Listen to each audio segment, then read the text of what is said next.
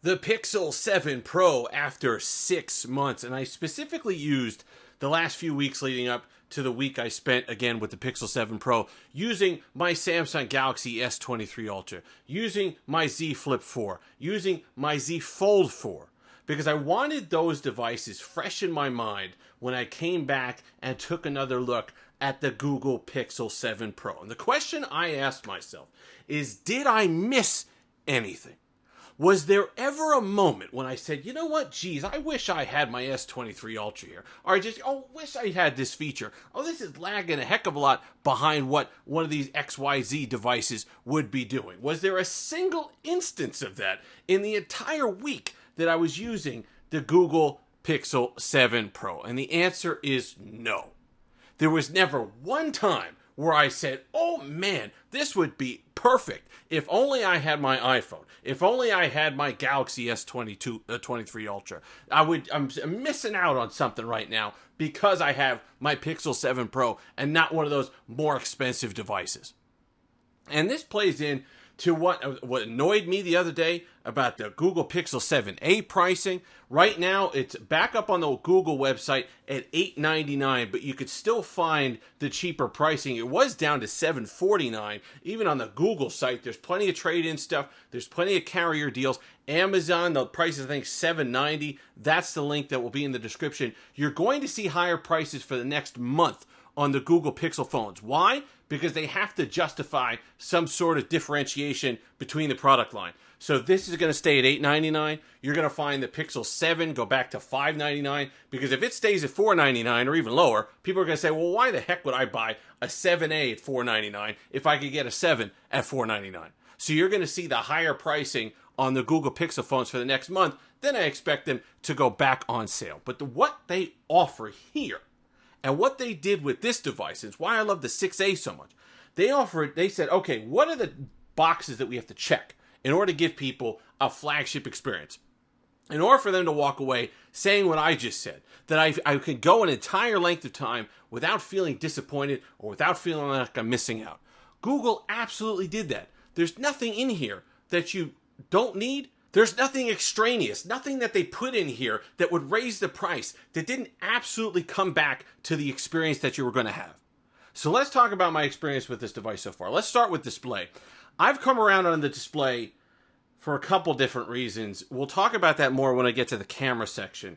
But I wish that they could toggle this is on the vivid setting. I wish the vivid setting would give me that more saturated look that I'm used to with the Samsung panels. It does not. This is going to be a natural looking display, but for a lot of people is preferential. I've come around on it because of the camera stuff that we're going to talk about. I understand why it's there. I wish they would be a little bit brighter so I didn't have to run them at 100% brightness all the time in order to get the brightness level that I'm kind of used to on these panels. But when this is the only thing that you're looking at, it's not dull color-wise. As long as you're not comparing it directly to another device, side by side, you're going to be fine with this. There's never going to be a moment where you're like, oh, you know what? I kind of don't like the way it looks. You're going to like the way it looks because it's a very natural tone to the display. Performance? Were there performance differences between the S23 Ultra and this? Yeah, sure. But it's not anything that's going to hamper my experience. Twitter wasn't quite as smooth, but it was still pretty smooth. It wasn't quite as fast, but it was still pretty fast. It wasn't enough that you're going to notice. It's not going to slow down or lag or anything. You'd be like, oh, geez, I really wish I had an S23 Ultra here, especially not when you consider the nearly $500 price difference to get 12 gigs of RAM. You want to say that the storage options are different, that you got to pay more to get an equivalent storage with the Google Pixel 7 Pro? Yeah, sure. Okay. But which one's more important to you? Personally, I like having that extra RAM on a flagship. I like it being future-proof. I like what it does for gaming, and the Tensor 2 in here is perfectly fine for everything that you're going to want to do with it. Camera is one of those things. So, the camera thing, I've kind of come to prefer the natural image that I get with the Google processing. And that kind of goes hand in hand with the display technology that they have in here and the way that they have it kind of being a natural color. I like the fact that I can take an image with the Google Pixel 7 Pro and the coloring and the lighting and exactly what I saw is the closest representation I get on a Pixel phone than any other device that I take a picture with. what I saw is what comes up on the display of the Pixel 7 Pro. I like that, especially now in a time. I used to like the oversaturated stuff of the Samsung processing because looks good on social media. I like colorful stuff, all the rest of it. But now that post-processing has become so easy for the end user, you could basically go into the settings of a photo and change stuff around. If you want it more saturated, if you want contrast, brightness, all that stuff. You could fix stuff in post, essentially, that you couldn't normally on the fly, or you need to know Photoshop or any of that stuff. You don't need to know any of that stuff now. You need to just know how to move a slider in order to improve the quality or images to get them the way you want. So, with that said, I like the fact that Google gives me the base image of what I saw in case I don't want it punched up, or I don't want it touched up. And I have those features on the back end, or even third-party stuff like Canva. You can throw it in Canva and do what you want, but most of the Google stuff on the back end is just fine for saturation and color and brightness and exposure. I can do what I want to the image, so if I want a more vivid image, if I want a punched-up image for social media, I could go back and do that. But if I want to remember what I saw, that's what I get with the processing. Is there over-sharpening and stuff like that? Yeah, but the colors and the depth give me the best representation of what I saw on the Google Pixel 7 Pro. Okay, now playing. I love the change they made to now playing. I love being able to go back and see months and even last year songs that I heard on the radio, stuff you don't remember. You know, you go about your day and you think, oh, geez, I wish I remember that song for later. And then you forget about it. You go to the store, you go to work or something like that. But when you get home, you check that once a day. Oh, I remember. That's a song. You could go ahead and heart it so it's in your favorites and remember it for later so you don't forget it and then get it on your Spotify or your Apple Music or your YouTube Music or whatever it happens to be. Face Unlock is lightning fast. I don't even get to the fingerprint sensor most times. It's going to be tough to tell behind the camera, but that was pretty fast. I don't even get to the fingerprint sensor most times because it is fast and accurate and works a heck of a lot of the time. 99% of the time, the Face Unlock is fine and snappy, which is great. It's absolutely something that the Pixel 6 needed, and I'm glad that they put it on the Pixel 7 Pro because it works almost every time. Fingerprint sensor's been better as well. You know, I sit there and complain about the fingerprint sensor last year on the Pixel 6. I really don't have complaints this year on the Pixel 7 Pro. It's improved. It's snappy. I've never had an image like last year where I was doing it 10, 15 times in a row and it just wasn't working, or out of every 3 times it wouldn't unlock the phone. That's not been the case. If it's something, or it's the occasional hiccup, yeah, absolutely. But it's not anything that I'm going to be like, well, okay, you know what, that's something that's really a problem. It's not a problem. I have no issues with the fingerprint sensor on that. And the overheating. Okay, let's talk about the overheating. I don't want this. I know that what the story and the MO of the Exynos processors are. I know they overheat or they get warm.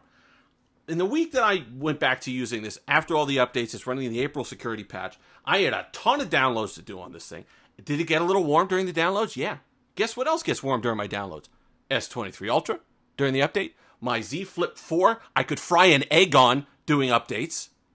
So Snapdragon is not immune to getting a little warm when we're doing heavy downloads and heavy updates. Same thing here.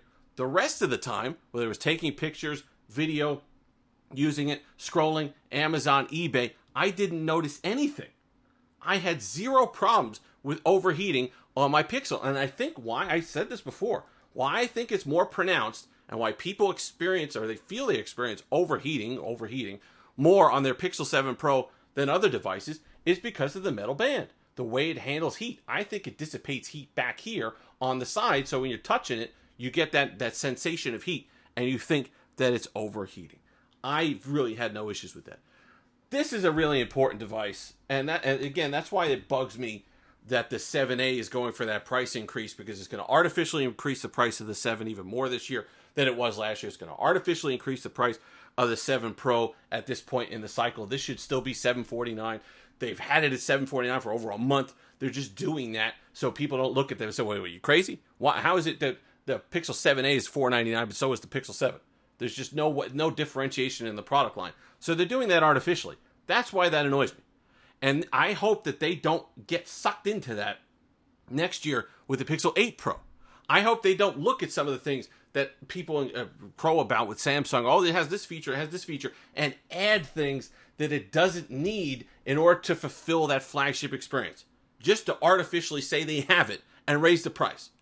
You've got the display. You've got the wireless charge. Do you need faster charging? Absolutely. I'd like to see faster charging, but don't give it to me at one of those ridiculous OnePlus charge. Don't to put in super VOOC charging just to shut people up at 80 watts or something, and then charge $50 more.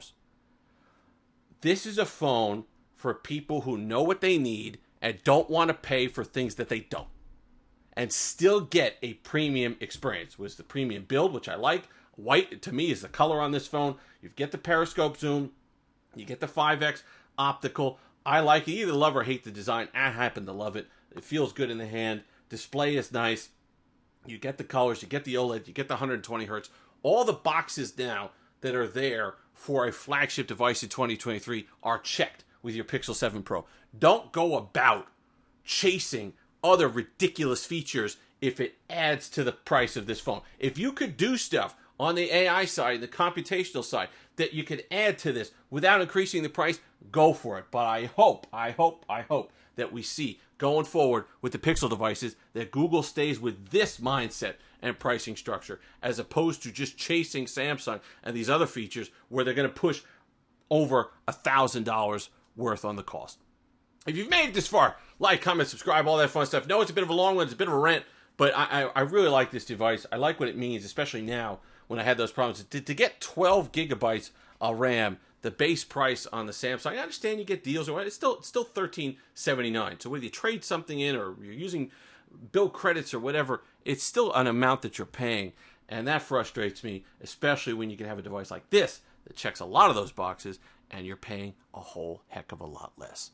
Until next time, have that Steve-licious day.